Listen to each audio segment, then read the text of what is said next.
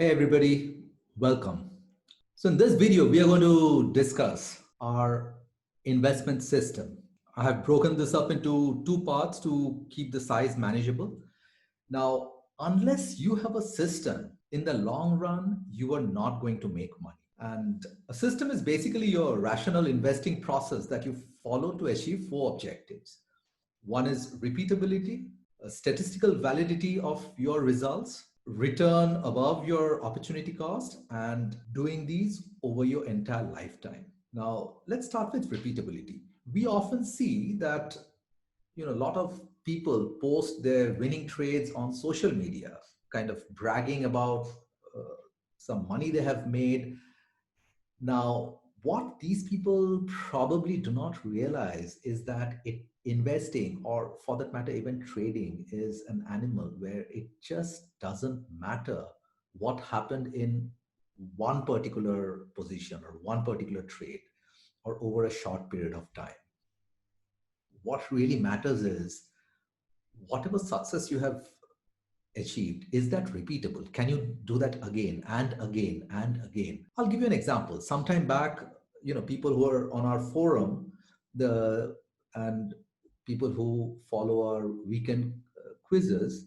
Now, I had posted this quiz, the quiz number 3, where I showed how I made an arbitrage trade, and it was basically free money.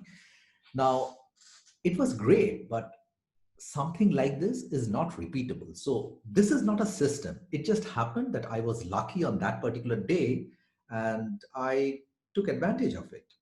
But will I be able to replicate the same type of uh, trade over and over again and make money sustainably? Absolutely not. So this is not a system. Now, any system also needs to have statistical validity. Yeah, I might be able to do something repeatedly over a short period of time, but it really doesn't matter as long as it is not on a large number of transactions or over a large period of time. It's these two which lend itself to statistical validity. These are basically the tests.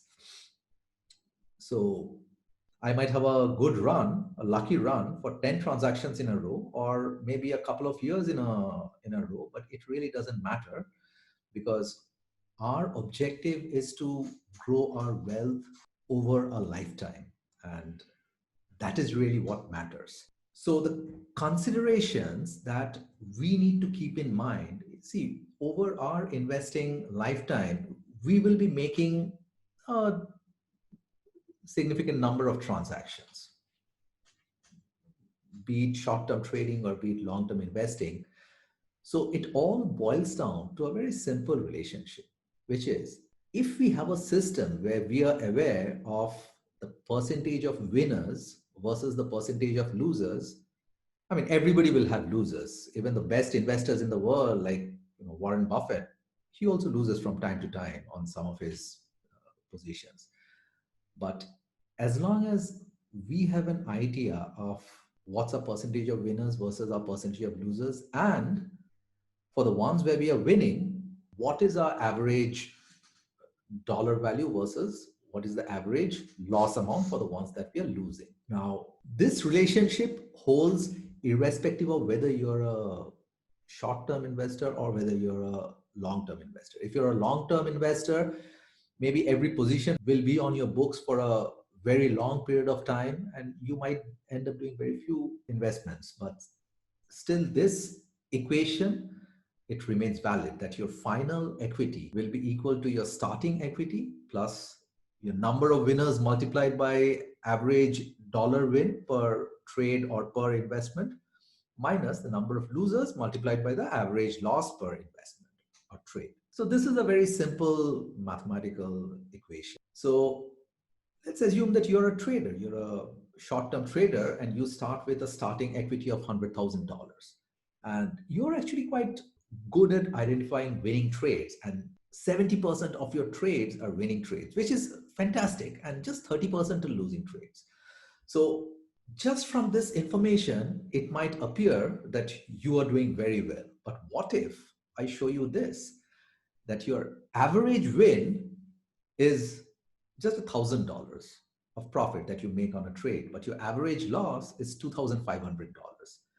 So over a large number of trades, let's say over 1,000 trades, your final equity starting at 100,000 will be equal to 50,000. So you have actually lost money, even though you have a higher percentage of winning trades. Now, as compared to that, if you just manage to increase your average win to $1,500 from the previous $1,000, then your final equity ends up being $400,000, which is actually pretty good, because number one, you're making a large percentage of winning trades, and number two, while your average loss is higher than your average winner, but the combined effect of that results in a pretty satisfactory result.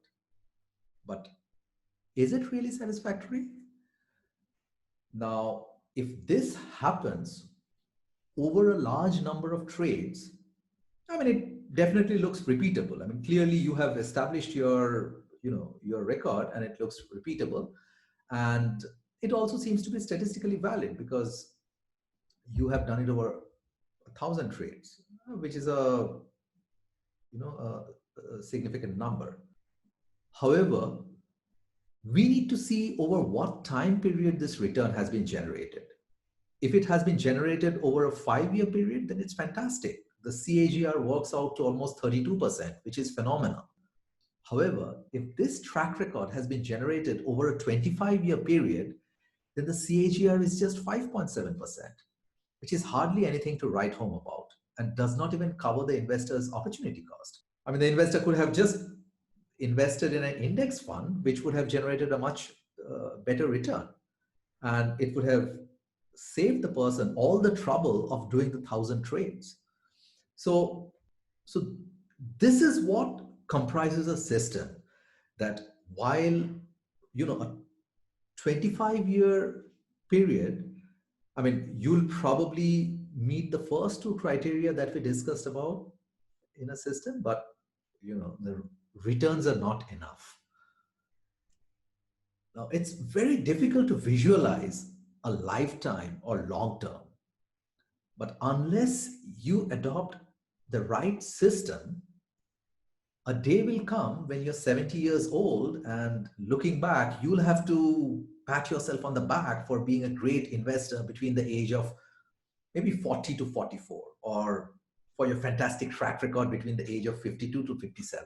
Does it really matter? I mean, you're 70 years old and you really don't have anything to show. So that's where the lifetime performance matters. That's where the long term matters. The problem is very few people think in terms of a lifetime. Now, let's take the example of a phenomenal investor who has a great track record, maybe over a 20-year period. The person started with an equity of $100,000 and made just 10 investments right at the start, each of $10,000. And a phenomenal 60% of those investments have been winners. And let's assume that the person just let these investments run, never rebalanced, never tried to sell or adjust the portfolio. And the winners achieved a compounded return of 15%, which is fantastic. So the average dollar value of each winner at the end of the 20-year period works out to about $163,600. And the losers, they just go down to zero. I mean, he never rebalances. So the ending equity works out to about $981,000, close to $982,000. And this translates into a return of capital of 12% compounded. This is, a pretty good, a very healthy performance. Now, let's compare this performance with someone who is very average, who is, not a great investor, but the only thing that person does differently is that person continues investing for a 50-year period. That is, that person thinks really long term. Again, starts with an equity of $100,000 and just makes 10 investment right at the beginning and just lets them run. That is, completely forgets about them, goes and focuses on other important things in life. And at the end, only 20% turn out to be winners. And these happen to generate a very good return of 15%, whereas 80% of his investments go to zero. The companies become bankrupt and all.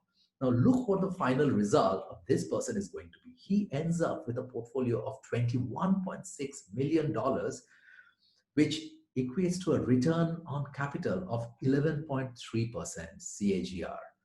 So while the success rate is a lot lower, but this person uses time to arbitrage his performance and delivers a final performance which is almost similar to that, that great investor's performance.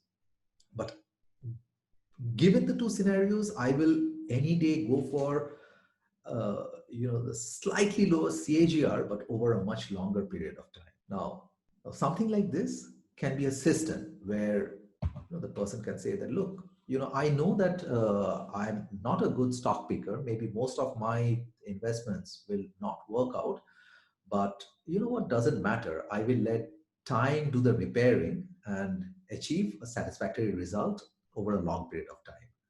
Now, let's look at this person. This person is even worse when it comes to his stock picking record.